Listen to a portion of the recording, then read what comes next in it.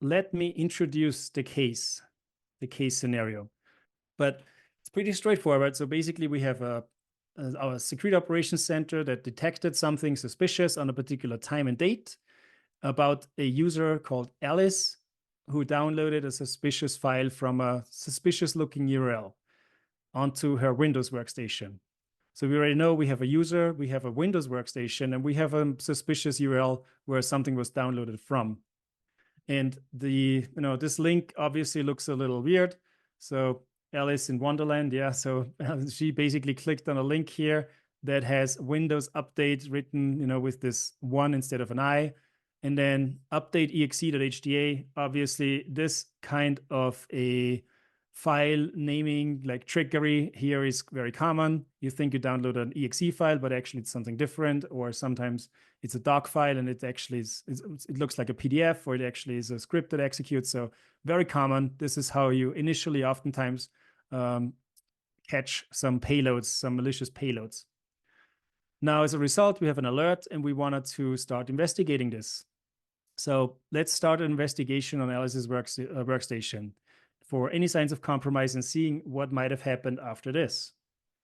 Now, the first thing, couple things we need to know, what we typically do in an investigation, right? What are some of the answers of questions we want to answer?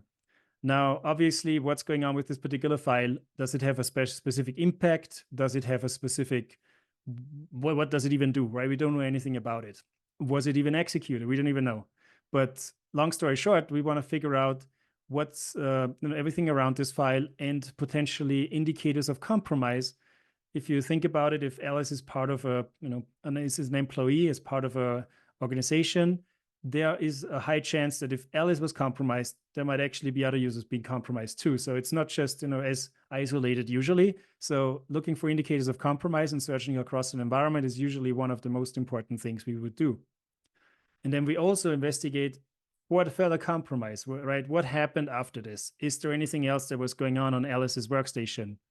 And the reason why is, the one thing that we are mostly concerned about, why do we get attacked? Why do we get compromised?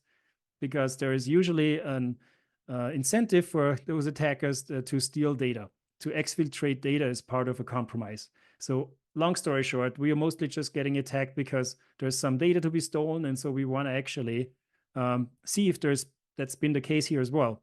So that's kind of the high level of objectives. And now here's a few more details that will help us on the case.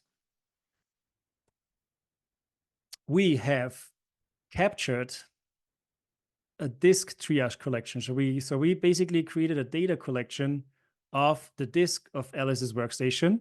So we can perform forensic analysis of the data collection. We have captured memory image and page file.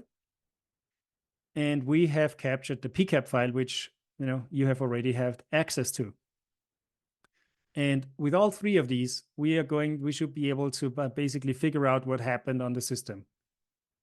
And this is the case. You can download those. You can start an analysis investigation right after this session. You can follow along throughout the next couple of weeks. That's totally fine. It's all the files are yours after this session and will be available. I would recommend, with instructions, I would recommend to go about it this way. So you can download those files from on Blue Cape Security. There's the associated course with this series. You can download from there. So it's all in the emails, and we follow up on that as well. Now, I would start with the PCAP, which many people of you already have done, because that's where we can find the particular file and potentially find out more about it. Now, then typically you would look into the memory image, because that's oftentimes a lot of important information that's captured there. We would then go into the disk analysis, and eventually, if we want to find out even more about the entire case, we would perform a timeline analysis to really get all the context and details about anything that happened on the system, which is more work to analyze. But if we can make it work in the last session, on session 3, we are going to do that as well. It depends. It's pretty time consuming. So we'll see if we can get to that as well. And the one thing that I would recommend is use the Practical Windows Forensics cheat sheet, because that is the one that will guide you through the investigation of the memory and disk image, as well as the timeline analysis. So I'm going to post it into the chats real quick. So that's the one cheat sheet.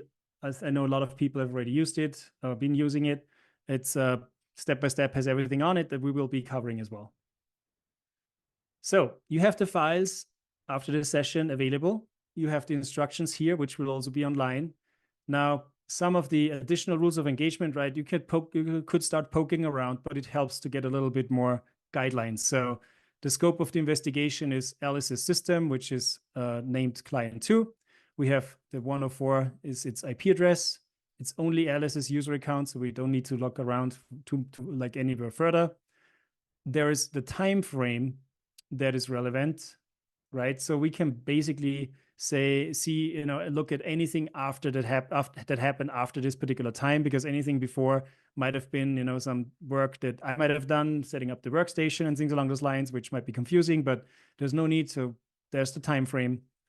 And then also note that there is no special antivirus or security tools enabled, right? We are not doing any 0 days or anything special here. We're just trying to learn the fundamentals and basics of a compromise, of a more advanced compromise, but still we don't have Defender or any security tools on here. We don't have any bypasses that were applied as part of the attack. And then just internally, right, we have the 192.168 network that is basically consists of Alice's system, a domain controller, and there's also the gateway, some Splunk servers and so on. So those are the 3 IPs that you probably come across that are part of the internal environment.